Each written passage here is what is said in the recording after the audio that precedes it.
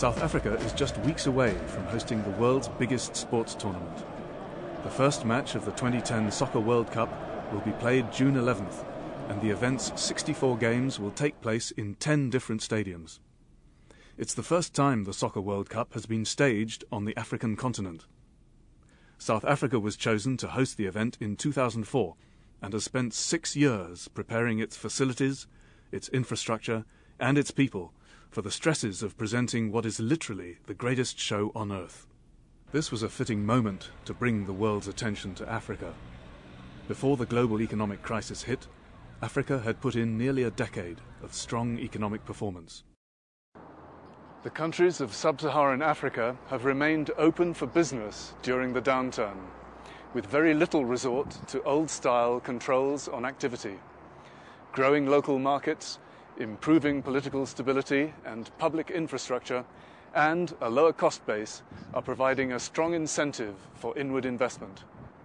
Through much of the World Cup preparations, South Africa's economy has been traversing its first recession in 18 years. The World Cup has acted as a catalyst for investment projects in South Africa worth around $4 billion.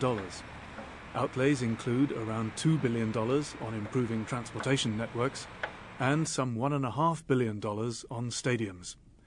Besides helping to stage the tournament, these projects were designed to modernize infrastructure, generate jobs, and boost skills and economic growth. Has South Africa's spending on World Cup preparations amounted to a stimulus package for the recession-hit economy? Will economic benefits continue to accrue to South Africa's people long after the tournament is over? IMF Managing Director Dominique Strauss-Kahn, visiting South Africa before the World Cup started, was asked what effect it might have on the country's economy. It will really be helpful in terms of roads or things like that. The experience of a past event of this size has rather been positive, even if not always, but has been positive. It depends also on the turnout and the number of people that will come to South Africa for this event. World Cup-related infrastructure spending is a relatively small share of South Africa's total infrastructure budget. So this type of spending is set to continue long after the last ball is kicked. Despite a sizable public infrastructure investment program, South Africa's infrastructure needs remain large, and creating the conditions for private sector participation in infrastructure investment and service provision could help relieve fiscal pressures and improve efficiency. 2 major infrastructure projects are reaching completion just as the World Cup starts. The Gautrain rapid rail link is a $3 billion mass transit railway that will initially connect Johannesburg to the OR Tambo International Airport. The Rea Vaya bus rapid transit system is a $500 million network of Johannesburg buses in dedicated travel lanes designed to help free up the city's traffic-clogged streets. South Africa's preparations for the World Cup aren't only based on soccer stadiums. The government is spending billions of rands improving infrastructure so that access to the events is the best it can be when the tournament starts.